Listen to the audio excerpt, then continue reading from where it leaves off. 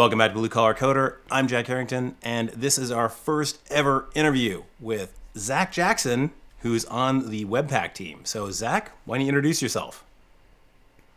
Hey, I'm Zack Jackson. I'm a principal engineer over at Lululemon and a big passionate developer in the open source community. And yeah, work with Webpack a lot. And in the past couple months, I've been investing a lot more time in Webpack in general. And we have some new exciting things on the way out. So thanks for having me on. Yeah. So, tell me about Module Federation and why should we care about this? Yeah, so Module Federation is aimed at solving some general problems that I think we've faced in the front-end community for quite a long time now. I think anybody who's really worked with kind of distributed JavaScript apps or needing to deploy more than one app separately has run into this challenge. Micro frontends is kind of the blanket term where it all kind of shows up all in one go. So what Module Federation aims to do is remove the need for kind of this external system that you would have to put in place. So if we look at a practical example, you have a bunch of micro front ends or apps that need to share something. The best that we could ever do was really to share vendor code. And that would involve making it an external in all of your builds and then putting some centralized file on every app that's going to run whatever these dependencies are that are needed. And that's just a very flimsy system in general, because when it comes to trying to upgrade something, how do you do a blanket rollout when certain teams aren't ready? And also, if a file goes missing, you're completely dead in the water everywhere. So there's very little capability for redundancy, stuff like that. And it only really applies to vendor code in general. So it doesn't take into account how do we deal with things like feature sharing or business logic sharing or some of those other things where development teams are working on it. And there's solutions to that as well, but all of them have these drawbacks that I think by and large we're quite aware of. Having to do double deploys, publish something here, then turn around and redeploy the stack to get it. And in general, that'll just lead to fragmentation, management overhead, and depending on the scale of the company, you might even need a whole team just dedicated to something that really should just be a trivial non-issue. So I've got multiple teams, and one of them has this really cool product carousel on it. Is that something that I could use Module Federation to share with another team? Yeah, so you could use Module Federation to share something such as that. You could really share anything that exists in that repo with another team, and it's evergreen over the wire. And there's considerations as well for server-side rendering and stuff like that. So it really kind of encompasses the whole package. So you're not just stuck with, well, it works in the browser, but what about on the server or something like that? There's probably one or two drawbacks depending on how often the rate of changes to those components. And those are factors that we'll probably get into throughout this video, when and when not to use it. Yeah, I was just going to say, so does it require that both of those applications have the same versions of those underlying libraries? So there's a few ways that you can break it down. When it comes to, say, the vendor sharing aspect, which has also been a real tricky one, and when you're trying to do an upgrade on a micro front-end stack, there's a lot of risk involved in trying to move major versions. Everybody has to do it all in one go, and even then I'm sure that there's some disruption to the guest experience because deployments just don't kick off all at once, and edge caches don't flush all at the same time. And if you're depending on these kind of external references, what happens when fragments of them start to disappear and become incompatible? So in the examples that we've put out on Module Federation, I've written a little article about it. We've kind of shown a very simple high level of how it's used. And a lot of questions have come back around versioning in specific. And when it comes to vendor code, you'll notice we have that little shared block in the plugin configuration. And that, in all the examples that we've seen, is just an array. So it's just React or React DOM or whatever you're trying to share. But there's actually a whole lot more power under the hood that we haven't really just revealed in the one or two articles that we've put out. So if you wanted to handle, say, multiple vendors, or multiple vendor versions, but you want to have kind of this optimistic model where they can share when possible. What would be ideal is that I have a little bit more time and I can write a plugin that kind of automates that. But if you needed or wanted to do it today, you could do it with just a simple function that is attached onto that Webpack config.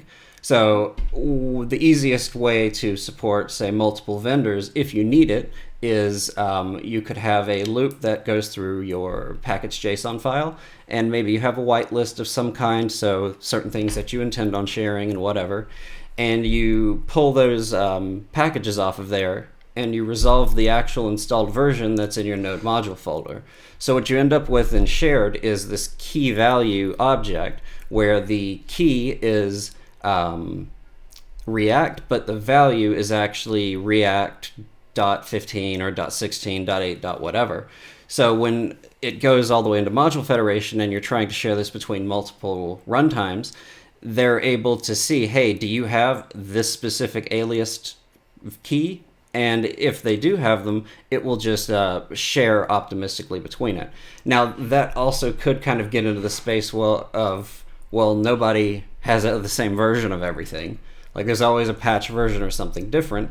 So what I'm pretty much doing is I just take it from the feature version. So I leave the fixed version alone. So if you're on React 16.8.1 or 16.8.5, it's just going to go, okay, cool, they're both called 16.8. So if a 16.8 is available, use the host's version. If there's 16.7, then maybe it needs to go and download its own copy. React obviously isn't the best use scenario because you can't really have multiple versions of React working together in one dependency graph. But if we took Moment.js or Redux, or, some other dependency that doesn't have this specific multiple versions of React problem, if we just get it to the feature version, as long as semantic versioning is followed and adhered to, the feature will not introduce any breaking changes. So the patches really won't matter because all of the features are still going to be there, which would allow the remote to then depend on the host version, and they've got like a wider capability of sharing. And then, of course, managing the dependencies in general, that's, another whole side of things, but this comes down to kind of the implementation detail of it. And that's something that isn't really a Webpack concern per se. You can break your own Webpack build, and you can put 2 copies of React in, and Webpack will run it, but the browser's not going to be very happy about it. So what we're getting into is this kind of discussion of where does the scope of what Webpack does ends, and where does implementation details begin. And that's why the flexibility exists, but we don't just automatically do it because it's really not up to the compiler to decide how your system should work. But you can make it do that very easily. And with RenovateBot or something like that, you'll end up getting everything more or less synced, at least to the feature version, which allows for optimistic code sharing. And if somebody wants to go a little bit ahead of time, run early and upgrade something, no problem. They get to upgrade. They'll share it with anybody else who happen to pull that upgrade. And every other application can still roll with an older version until they're ready for that update. So it really gives that flexibility to move without proposing a lot of risk to a wide scale at a big company. So it does sound like if you have a microsite architecture, meaning that each team is developing its own independent site, that Webpack 5, if you've got feature level versioning locked in, then potentially you can bring back a SPA experience with module federation. Yeah, so that was actually the core reason that I kind of embarked off on this journey. It was really just out of frustration that I think it was 2016 when I started doing a whole bunch of stuff with code splitting. I revived the whole React Universal library, and that thing was kind of what kickstarted all the code split SSR stuff. A lot of the mechanisms still kind of use the same technology that we had put in there, but once we had code splitting and server-side rendering working, it was really great, but there was still this like last mile piece that was just not solved.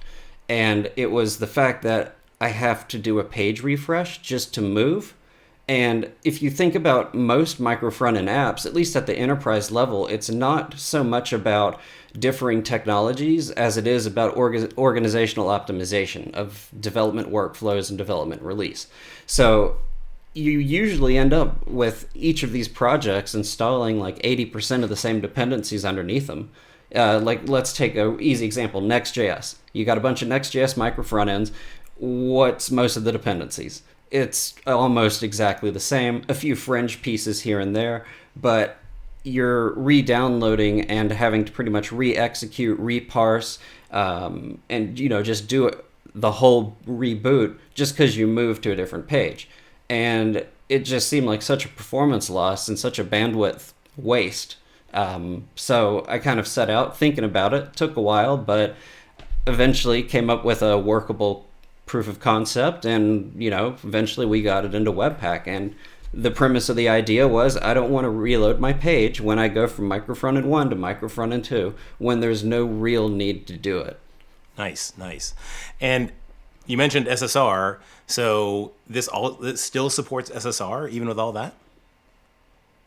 Yeah, so the initial design that we had put together did not support SSR, and it kind of relied on merging dependency graphs and stuff like that, and it worked great in the browser. And for me, the browser was the main problem that we all faced. That's where the UX impact comes in. So if I have to pay a little bit more on the CI side or on the ops side, that's a little bit easier to kind of offload because we're very used to these kind of workflows anyway.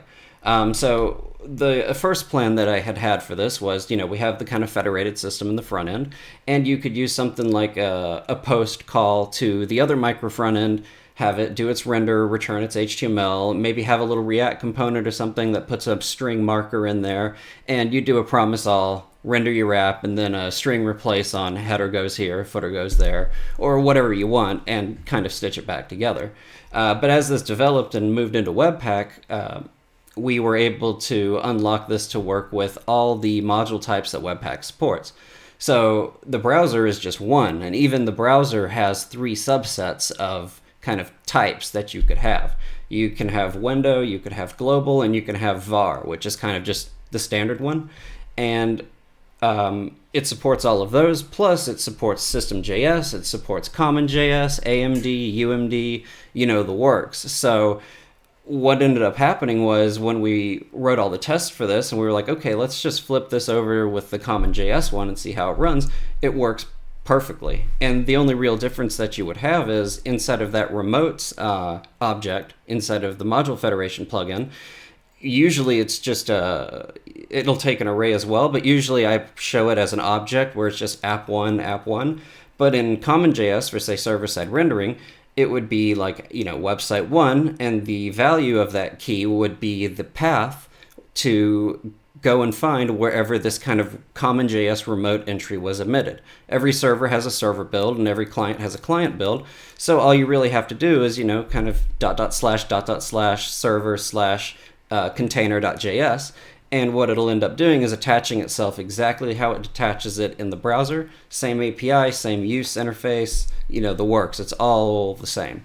The trick on how to actually run federated server-side code really comes down to the implementation details. So if you're on, say, Kubernetes, one of the easiest ways would be to just have like a shared volume. So when you deploy everything out, you could potentially just deploy the federated parts out to a shared volume, and you have the consumer or the host on the server side would just walk the file system, go and find it, and require that container. And from there, everything is reconnected and re-interfaced just like how it would be in the browser.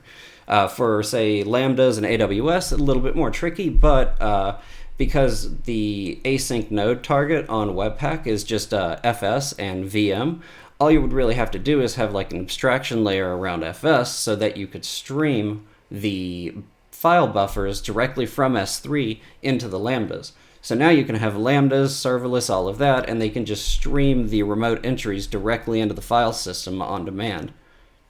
Nice. So we've talked a little bit about like sharing React, and I know we've kind of touched on this a little bit around, but it's just JavaScript. You can share any JavaScript. What can we think of using this for outside of micro FEs?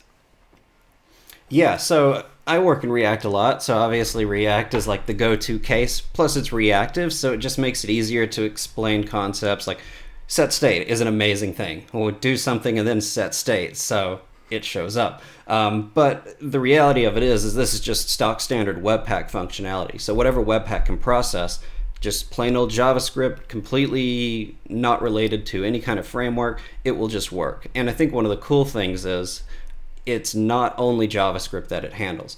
It will handle all the loaders that you've got. If you want to load images, CSS, anything like that, it'll attach those loaders from the remote into the host, and it will actually load all those other files or side effects that typically you just couldn't share as easily. Like with externals, you can't really do externals that can resolve images properly or resolve styles really well. It gets a little buggy, but in this system, it will just work.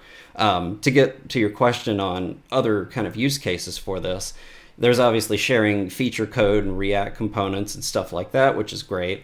But you could go far beyond that and into things like, well, what about, say, sharing configurations? If you think about a typical build, when you deploy something to a QA environment, what's really changing there? It's probably an environment variable or some little config file, and you kind of switch between the different configs. Yet we still redeploy it each time to promote it up the environments. So federation, you could just have the config itself be federated and recycle the build. So whatever you built in the QA environment, which is, built in production mode and whatnot, all you have to do is federate the configuration in, which could contain your API endpoints and stuff like that. And depending on environment you go to, you just have this stuff attached and ready. Nice. And so yeah, I like A/B tests as well. Seems like it'd be a natural fit for that. Yeah, so some other really cool examples beyond like configuration and things like that would be A/B tests, which is I think a really great example in general because it's one of those things that has a hard separation between software engineering teams and say the marketing teams or the optimization teams who are really fine-tuning the experience that you get. In some cases, you might get lucky and the teams control the A/B testing, which makes things a little bit easier, but depending on the scale you're working at, that can also get in the way of product deliveries. And product owners aren't necessarily wanting to run 10, 15 different variations. They want to develop the product the way that they see it and move on to the next product to keep the overall business moving forward. So A/B testing, we have tools out there now, but they're very clunky compared to the general engineering flows that we're kind of used to as JavaScript developers. If we look at, say, Google Optimize or something like that, what you mostly have to do is just paint vanilla JavaScript on top of the DOM. And you have to use Mutation Observer or something so that every time there's a re-render, it will catch it. And if that's not set up correctly and you just change some state, your whole test goes away. And either way, you can't really build interactive tests, or I would say probably the worst part of it is if you find a winner, you have to then turn around and go to a product team and say, hey, I need you to rewrite the whole thing because we did it in some vanilla JS, because that's all the tool can really offer. You can't really you can't really use JSX inside Google Optimize or something. You're limited to a primitive set, and in some cases it's even a WYSIWYG, where you just click on things and change it. And the amount of scripts that you end up dumping on the page and the rights to the DOM, and that's all competing with React itself, which is completely unaware of it. So it's just really a very un-React-y way, or even if we don't think about React Angular, they use a virtual DOM. Everything's using virtual DOMs, and it's very against the virtual DOM idea of mutating HTML without the actual system being aware. So with A/B tests, yeah, it's fantastic because you could have a team where you just have them working in their own repo, and as they make modifications or changes, there's no need for double deploys or anything like that. You have some kind of little abstraction layer on the component. If we're using React as a good example, you would just have a special component that maybe is suspense-based or something like that, and it shows the default experience until it receives back the A/B test control scenarios, however it does. and at which case it will just pull in real time at runtime, either on the server or the client, that A/B test from a differently deployed repo or separately deployed repo. And that gives a ton of power because you can now start refining, tuning, editing these things without having to interfere with the general product flow.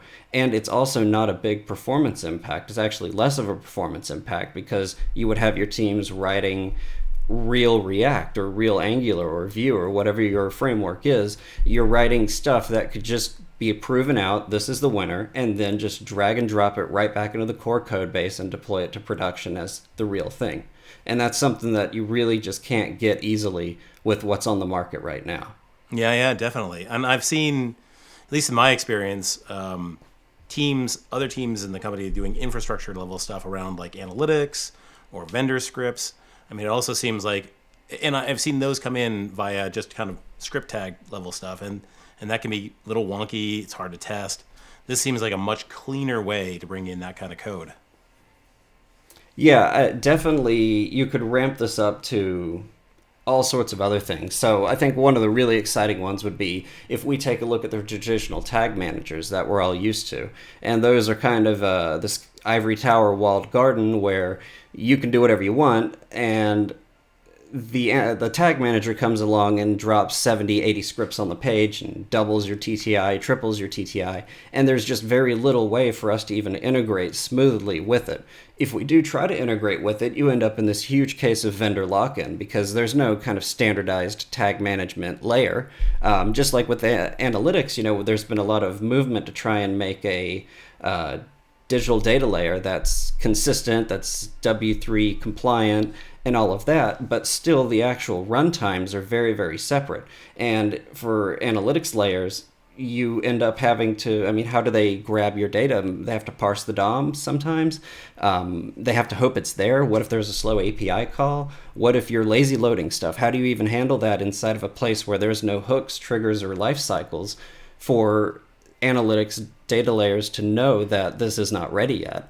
So a really cool thing where I can see this going would be the analytics, just like how A/B test, you could have an analytics repo where it's in GitHub, and the tag manager is more in charge of just orchestrating it, telling module federation, here's the things that you need to do, but the actual implementation is still under the engineer's control. We would be able to just import, some reporting mechanism or some telemetry system, just like you would with a normal require statement. And you could require this code and use exports that come from analytics layers and stuff like that, specific for that team. And as they need to make modifications or adjustments, they're just evergreen right to you. So there's very little need for this kind of cross collaboration, communication. Everybody gets a really good turnaround time, and overall everybody has a little bit more refined control over how the application boots itself and runs. It's not just a case of throw all the scripts in there up front and let it go.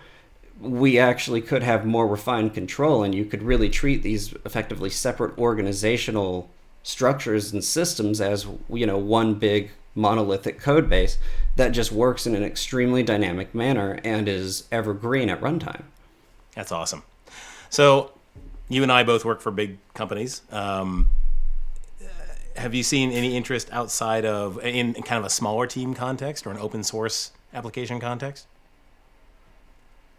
Yeah, I've seen a couple open source projects take some interest in this. I know Single SPA, they use System.js, and System.js has been a pretty good solve. I think probably one of the better solves to micro front-end challenges in general, but it does have its limits in terms of just what you have to do to make it run quite as smoothly. It's not a drop-in replacement. You have to use that whole syntax, and the bundler is really kind of compatible with it, where in module federation, the nice thing is it's all just still using the same ES6 workflow. You use a dynamic import and all of this. Sure, there's some magic happening under the hood from Webpack to create these federated systems, but if you ever wanted to move away from a system like this, you just have to make sure that the file exists somewhere or make it a node module, and it just keeps working and you turn off the plugin. So kind of moving back and forth between them is pretty easy. And so through a lot of back and forth with the single SPA team. We've looked at the work that they've done, and they've done a really good job at the orchestration aspect of this and dealing with how you mount and unmount separate apps and how do you actually route between micro front ends of different technology. And when I look at this Webpack plugin and the work that we've done to the Webpack 5 core, the overall motivation is a little bit different. Module Federation is really built for people to build things like single SPA off of. It's not a silver bullet, but it's a new way to design applications that previously we couldn't have these discussions about. Like arguing about, import maps over using the module graph so that you can share vendor code at runtime or feature code at runtime. Those aren't arguments that have been possible to have, or even conversations that we could engage in the open source space. So I know that Single SPA, they updated their documentation, and now for Webpack, they've kind of recommended that if you use Webpack 5, this is the way to go. If you want something that's more bundle or independent, then System.js is still a very good contender. But the Webpack aspect does offer a little bit more performance optimization just because we can load, fragments of a runtime. We don't need to bootstrap and load the entire app. We don't have to manually really manage vendors or stuff like that. It will download as little code as possible and recycle as much as available.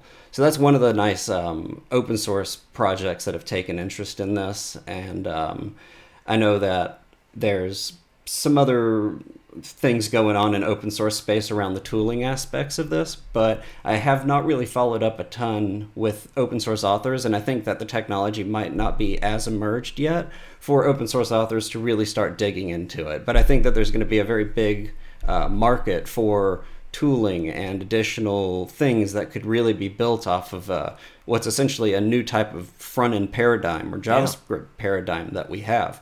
The ability to, at runtime, just load a piece of another compiled application with providing little to no context, both on the server and in the client. So much of what we've done has been kind of modeled around, well, that's not possible to do, straight up. And, monorepos, they became a big thing. And why did they become a big thing? Well, beyond the front-end aspect, monorepos have been a pretty good strategy in general to keeping things together. But what we're seeing is monorepos are kind of the only thing holding these things together. It's kind of flipped from it's a great way to organize code to, well, what other solution is there? If you want it all together, this is the only realistic way to share code, share dependencies, and have something that's somewhat optimized. But that comes at the cost of a huge build, and still, if something goes wrong in there or somebody fails a test somewhere else, your entire monorepo is down. So you're still stuck in this monolithic area where there's just no redundancy, and you're bottlenecked by, one master branch and only one way to deploy. Yeah, it takes monorepos down to just basically doing kind of version management as opposed to the sharing management as well. Hey, this has been great, and I definitely want to do this again. And, we got to catch up for a beer in Seattle when this is all over. Oh, yeah, definitely. Yeah. Definitely have to. All right. Thank you so much. This has been great. All right. Check you later. Fantastic. Have a good day. You too. Well, that was a lot of fun, and having Zack on was great. If you have any questions or comments, be sure to put them down in the comments below. We'll field those as fast as we can. And if you like this video, just hit that like button. If you are into these videos in general and this kind of content, be sure to hit that subscribe. That's going to help me out and, get access to more content like this. So, and of course, hit that bell button if you want to be notified anytime a new video is up. In the meantime, be happy, be healthy, be safe, and at some point here, we're going to be able to have a beer with our friends. All right, bye.